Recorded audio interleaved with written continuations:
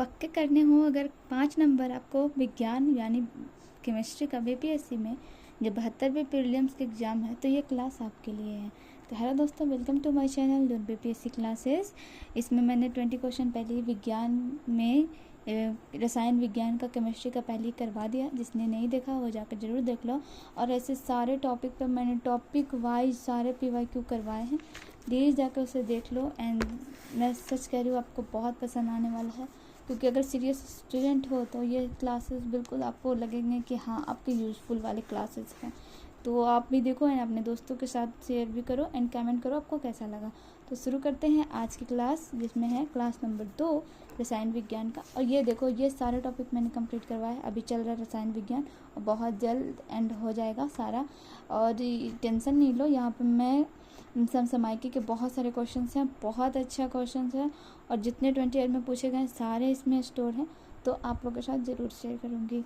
और ये भी मैंने की पॉइंट बताया था कि PYQ के साथ अगर माइक्रो टॉपिक पढ़ते हो तो विज्ञान में आपको 30% में मतलब 30 मार्क्स में 1 नंबर भी नहीं कटने वाले। जो 11th 12th पढ़े होंगे उनके लिए तो बहुत ही ईजी पड़ेगा कि वो माइक्रो टॉपिक्स कर लें एंड देन यहाँ से PYQ कर लें, तो 30 मार्क्स उनके रिजर्व हो गए। ठीक है, तो शुरू करते हैं आज की क्लास। और क्वेश्चन नंबर 21, देखो 20 तक कंप्लीट हो गया। 21 क्या कह रहा है, देखो 69 बीपीएससी के हैं। तो कह रहा है प्रयोगशाला में विकसित हीरे, मतलब जो प्रयोगशाला में लैब में हीरे बनते हैं, LGD के संदर्भ में हीरे के बीज के रूप में किसका प्रयोग किया जाता है। स्टार मैंने पढ़ रखा है तो मैंने स्टार लगाया है, क्योंकि इसके पीछे एक रीज़न है, क्योंकि यही क्वेश्चन आप लोगों ने आई थिंक क्वेश्चन फर्स्ट, देखो मैं यूं ही नहीं कह रही, देखो ये 70 री एग्ज़ाम में ये यहाँ पर देखो पूछ रखा है क्वेश्चन नंबर 3। एंड देन देखो 21 क्वेश्चन नंबर में भी यही पूछा है। तो प्लीज़ केयरफुली देखो एंड क्लास एंड तक देखो। मैं सारे इंपॉर्टेंट एंड रिपीटेड क्वेश्चंस वहाँ पर अंडरलाइन करूँगी एंड बताऊँगी। ठीक है, तो इसका आप लोगों को सबको पता होगा, ऑप्शन नंबर बी होगा ग्रेफाइट। ओके, तो इसका एक्सप्लेनेशन पढ़ लेते हैं। ऐसा जिसने पीछे क्लास देखा होगा तो उसमें मैंने किया है, तो इसे एक बार आप लोग पढ़ लो। खाली इसमें इम्पोर्टेंट ये है, देखो कि जो कार्बन का प्रारूप है, जो ग्रेफाइट भी एक कार्बन का शुद्ध रूप है। ठीक है, जो ग्रेफाइट है वो भी कार्बन का एक शुद्ध रूप है ना। तो इसका यह अपरूप कार्बन परमाणुओं की द्विआयामी परतों से बना होता है, जो एक षष्ठभुज के रूप में पाया जाता है। ठीक है, यह काला, चिकना और मुलायम और ठोस रूप में होता है, जबकि जो हीरा होता है कार्बन का ही शुद्ध रूप क्रिस्टल अपरूप है। ठीक है, इनमें कई कार्बन जो चतुष्फलीय संरक्षण के साथ जुड़े होते हैं। ओके, अब हम आते हैं क्वेश्चन नंबर 12। अब कहोगे कि कहाँ रिपीट है। वही देखो, ये मैंने प्रूफ दिखाया कि ये 70 बीपीएससी के एग्जाम्स में है। एंड ये देखो, बुलेट प्रूफ जैकेट बनाने के लिए उपयोग किए जाने वाला फाइबर क्या है। तो देखो सबको पता होगा केवलर, यानी ऑप्शन नंबर सी राइट, मैंने स्टार लगाए। एंड देन इसका प्रूफ दिखा दूँ पीछे कब पूछा है। ये देखो 70 बीपीएससी री एग्जाम में ये भी क्वेश्चन रिपीट हुए हैं। तो मैं बता रही हूँ कि पूरे PYQ कर लो। अगर 10 क्वेश्चन आए तो 8 क्वेश्चन तो पक्के हैं कि आप उसका बिल्कुल करेक्ट आंसर लगवाने वाले। 2 क्वेश्चन के लिए मैं गारंटी नहीं ले सकती। ठीक है, जो सच है वही बोल रही हूँ। ठीक है, अब हम आते हैं क्वेश्चन नंबर 23। क्या कह रहे हैं, HMX का पूर्ण रूप क्या है।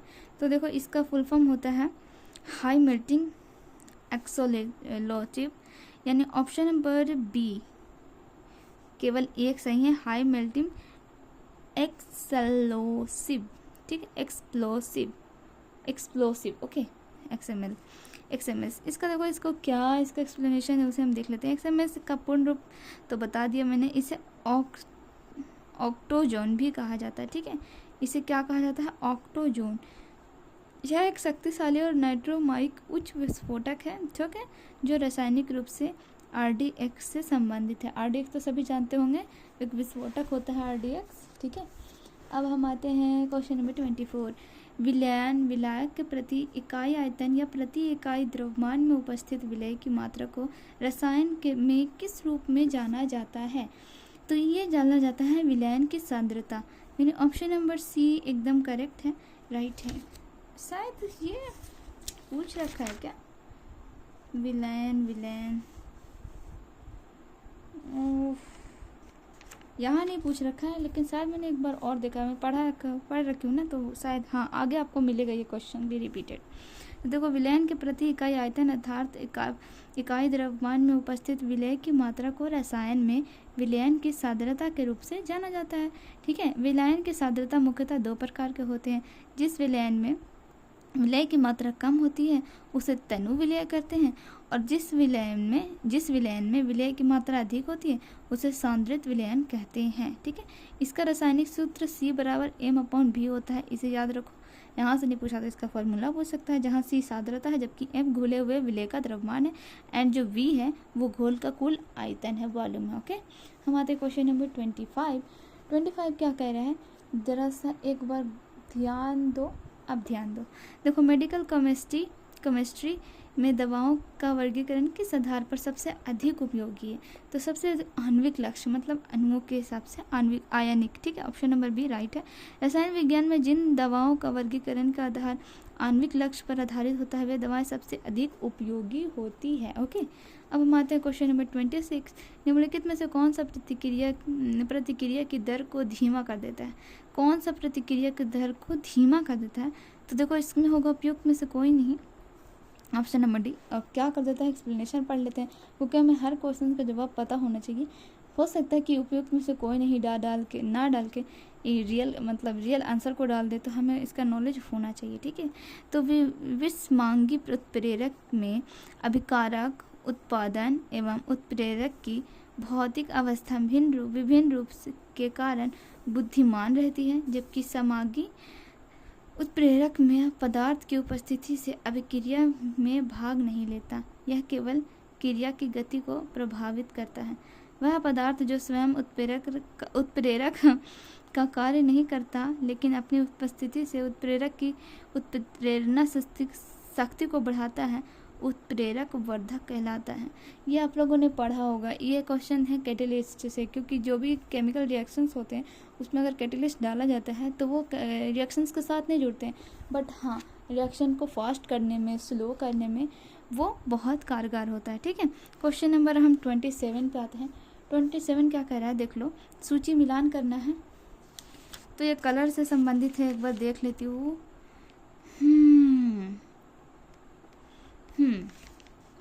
तो देखो, मैजेंडा होगा लाल और नीला, ठीक है, और टील होगा नीला, हरा, सफ़ेद। ठीक है, किससे संयोजन से बनता है? अमरोव किससे बनता है? नीला, लाल और सफ़ेद से। और सियान किससे बनता है? हरा और लाल से। ठीक है, याद रखेंगे। ठीक है, हम आते हैं क्वेश्चन नंबर 28।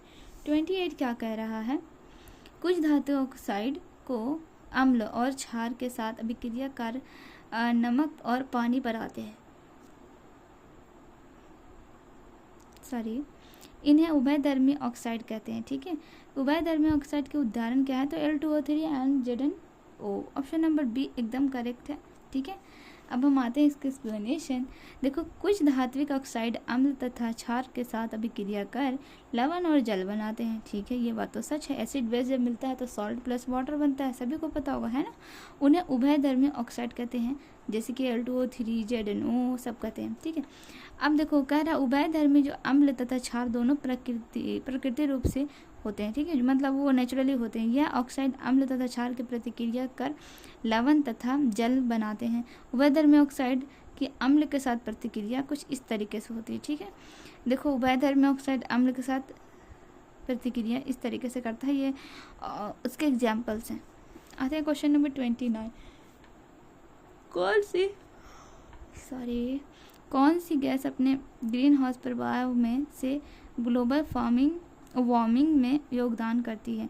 तो ग्लोबल वार्मिंग से क्वेश्चन अभी यही 3 साल 4 साल होते जो अभी पीछे मैंने क्वेश्चन लाया, उसमें ग्लोबल वार्मिंग से क्वेश्चन है, तो ये उससे रिलेटेड ग्लोबल वार्मिंग आप लोग जरूर पढ़ लेना। तो योगदान करते उपयुक्त में से एक से अधिक, देखो नाइट्रोजन, मीथेन, कार्बन डाइऑक्साइड सभी करती हैं। ये याद देखो, यहाँ पे स्टार लगाया रखा है मैंने, सच में पूछा गया है और इम्पॉर्टेंट है। देखो, कार्बन डाइऑक्साइड है, मीथेन है, नाइट्रस ऑक्साइड है, और फ्लोरिनेटेड है, गैस है, और जल वाष्प है। ओके, वेपर भी है। ग्रीन हाउस प्रभाव किसे कहते हैं? किसी बच्चे को वो भी याद नहीं होगा, शायद दिमाग से निकल गया होगा, तो एक बार सुन लो।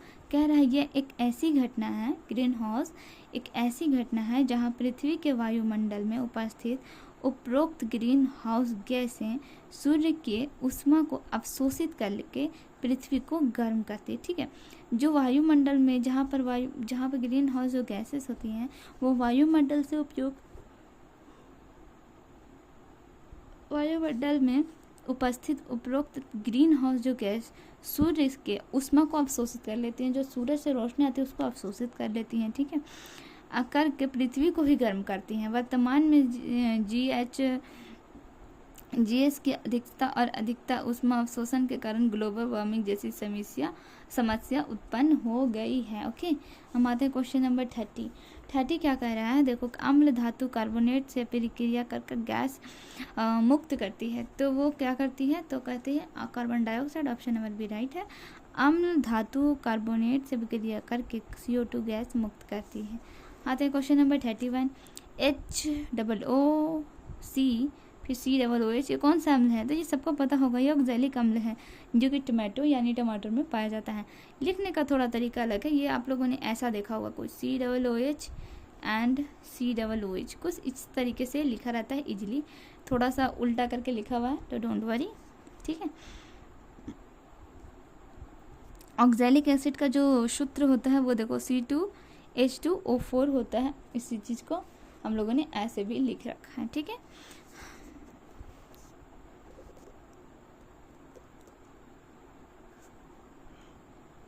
देखो इसको तैयार भी कैसे किया जाता है। इसे प्रयोगशाला में नाइट्रिक एसिड और वेनेडियम पेंटॉक्साइड जैसे उत्प्रेरक की उपस्थिति से सुक्रोज के ऑक्सीकरण द्वारा भी तैयार किया जाता है, यानी ऑक्जेलिक एसिड वैसे भी बनाया जाता है। आपको 3 प्रक्रिया दी गई है। ठीक है, क्वेश्चन नंबर देखो 32 में है हम लोग कि अशुद्ध जल, अन्य जल और अम्लीय विलयन तथा दूसरे में क्षारीय विलयन, इनमें से किस में लाल लिटमस नीला हो जाएगा? तो आपको बता दूं, मैं अच्छे से बता दूं कि अगर रेड अगर नीला में चेंज हुआ तो बेस है, और नीला अगर रेड बदला तो वो एसिड है। एसिड क्या होता है? डेंजर। तो अगर डेंजर मतलब एसिड क्या होता है? डेंजर। तो रेड कलर में बदला यानी रेड आपको दिखाई दे रहा है, देन वो एसिड है। ओके, एंड अगर ब्लू दिखाई दे रहा है तो ब्लू बेस है। ओके, ब्लू बी से ब्लू एंड बी बेस। ठीक है, और जो बीच में रहते हैं उसे तो पता होगा ना, वो न्यूट्रल होते हैं, जैसे कि वाटर। तो एसिड बेस से भी आपके क्वेश्चन आएंगे, ये बात भूलना नहीं है, याद रखना है। क्वेश्चन नंबर 33 कह रहा है, देखो एसिडिक अम्ल के गंध किसके समान होती है? जो एसिडिक अम्ल का जो गंध होता है, जो महक होता है, वो किसके समान होती है? तो सिरके, यानी ऑप्शन नंबर एकदम करेक्ट है। एसिडिक अम्ल की गंध सिरका के समान होती है। एसिडिक अम्ल एक तीखी, रंगहीन, तीक्ष्ण गंध एवं खट्टा स्वाद वाली एक तरल पदार्थ है। सिरका में एसिटिक अम्ल की सांद्रता 4 से 8% तक होती है। जो सिरका होता है ना, उसमें एसिटिक अम्ल होता है जो 4 से 8 % तक होती है, जिसके परिणाम स्वरूप सिरका जो है वो भी तीक्ष्ण गंध देती है। टमाटर एक मीठी फलदार गंध होती है जिसके लिए मिथाइल कीटोन रसायन उत्तरदायी है। मतलब जो टमाटर है वो मीठी फलदार गंध क्यों देती है? क्योंकि उसमें मिथाइल कीटोन होता है। ओके, क्वेश्चन नंबर 34 क्या कह रहा है? शुष्क HCl शुष्क लिटमस पर रंग क्यों नहीं बदलता है? तो आपको बता दूं, देखो शुष्क सूखा हुआ तो वो रंग कैसे बदलेगा? वो खुद सूखा हुआ है। रंग बदलने के लिए हाइड्रोनियम आयन की आवश्यकता होती है, यानी कुछ H+ आयन, जिसको हाइड्रोनियम आयन यानी H3O+ भी आयन इसको कहा जाता है। तो वो तो है ही नहीं, क्योंकि वो शुष्क पहले ही पड़ा हुआ है, तो इस ना होने के कारण ही दिखता है। तो ये ऑप्शन नंबर सी होगा कि कोई हाइड्रोनियम आयन मौजूद नहीं होंगे। देखो मैंने अभी कहा ना, लिटमस केवल हाइड्रोनियम आयन की उपस्थिति में रंग बदलता है। ठीक है, क्वेश्चन नंबर हम 35 में आते हैं। विषम का पता लगाइए। विषम यानी ओड छाटना है, तो ये उपयुक्त में से कोई ओड नहीं है। ठीक है, फल का पकना, सीमेंट का जमना, कोयले का जलना इत्यादि जो है वो रासायनिक परिवर्तन है। देखो सीमेंट सेटिंग जो होती है ना, वो भी एक केमिकल रिएक्शन है। कोयले का जलना भी केमिकल रिएक्शन है।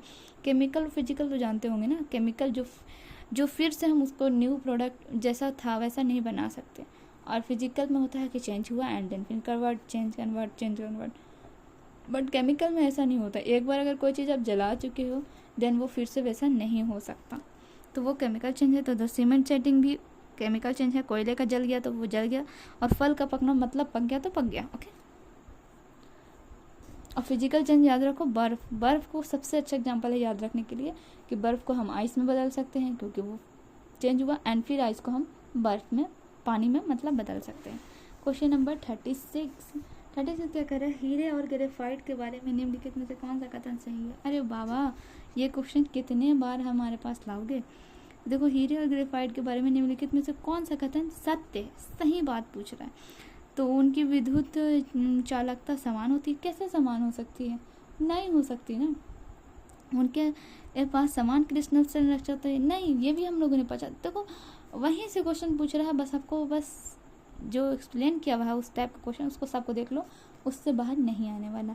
तो देखो, क्रिस्टल का समान संरक्षण है तो एक षष्ठभुजीय एक कुछ चतुष्फलकीय था, है ना।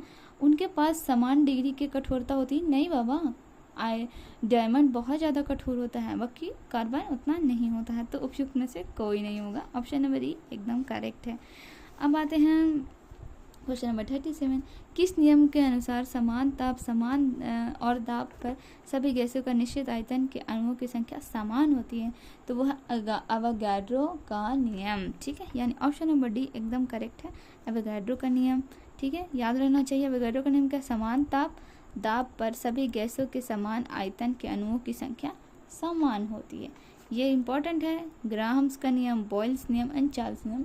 Then you have to read this. Question number 38 क्या कह रहा है, परमाणु के नाभिक में कौन सी मूलकण होती है। तो परमाणु के नाभिक यानी कि न्यूक्लियस में कौन सी होती है, तो प्रोटॉन और न्यूट्रॉन होती है। सब जने देखो कि जैसे अगर ये एक एटम है तो इसके जो नाभिक न्यूक्लियस होगा वो प्रोटॉन और न्यूट्रॉन होगा, है ना। और जो बाहरी कक्ष होता है यानी बाहरी वाला जो ऑर्बिट होता है उसमें क्या होती है, इलेक्ट्रॉन होते हैं जो ऐसे चक्कर करते रहते हैं। ठीक है, अब हम आते हैं, देखिए सॉरी सी ऑप्शन होगा, प्रोटॉन है न्यूट्रॉन, आंसर नहीं ठीक किया था। एंड क्वेश्चन नंबर 39 क्या कह रहा है, 39 क्या कह रहा है, देखो, जिस धातु कर्म प्रतिक्रिया के अंतर्गत धातु मिश्रित अवस्था में पाई जाती है को कहते हैं। तो कौन से धातु कर्म प्रतिक्रिया के अंतर्गत जो धातु होता है वो मिश्रित अवस्था में पाया जाता है, तो वह प्रगलन, यानी ऑप्शन नंबर ए एकदम करेक्ट होगा। स्मेल्टिंग एक प्रकार का निष्कर्षण धातु कर्मियों की है। अयस्क को उचित गालक मिलाकर मिश्रण को उच्च ताप पर गलाने की प्रक्रिया को प्रगलन कहते हैं। मतलब अयस्क ऐसे नहीं मिल जाता है, वो किसी चीज़ से मिश्रित धातु में मिलता है तो फिर हम उसको गलाते हैं, तो वही प्रक्रिया को हम प्रगलन कहते हैं। क्वेश्चन नंबर 40 एंड आज का लास्ट क्वेश्चन 20 क्वेश्चन आज भी हम कंप्लीट करने वाले हैं इन 18 मिनट। निम्न में से कौन सा पीतल के घटक हैं, तो पीतल का घटक है ऑप्शन नंबर ए जस्ता और तांबा। ओके, तो ये देख लो, कुछ important and very very important है। पीतल का तांबा जस्ता, घंटा बेल मेटल का तांबा टीन। देखो, बेल मेटल और कांसा दोनों का सेम है, ठीक है। जर्मन सिल्वर तांबा जस्ता निकल, गन मेटल तांबा जस्ता टीन, शोल्डर टांका जो होता है टिन सीसा, स्टेनलेस स्टील लोहा, क्रोमियम एंड निकेल। तो ओके, थैंक यू फ्रेंड्स, मेरे क्लास पूरे तक देखने जिसने भी देखा उसके लिए बहुत बहुत थैंक यू। अगर आप लोगों ने सच में पसंद किया, मेरी क्लास आपको पसंद आई, तो प्लीज़ सब्सक्राइब करो एंड लाइक करो एंड कमेंट में ज़रूर बताओ कि आपको क्लासेस में कोई डाउट लगे या कोई कन्फ्यूजन लगा, या फिर अगर आपको पसंद आया तो वहाँ पे लिख दो गुड क्लास। फिर मिलते हैं नेक्स्ट क्लास में एक नई जोश एक उम्मीद के साथ। हम फिर से तैयारी कर रहे हैं, हम BPSC को नहीं छोड़ेंगे। Okay, thank you, bye bye.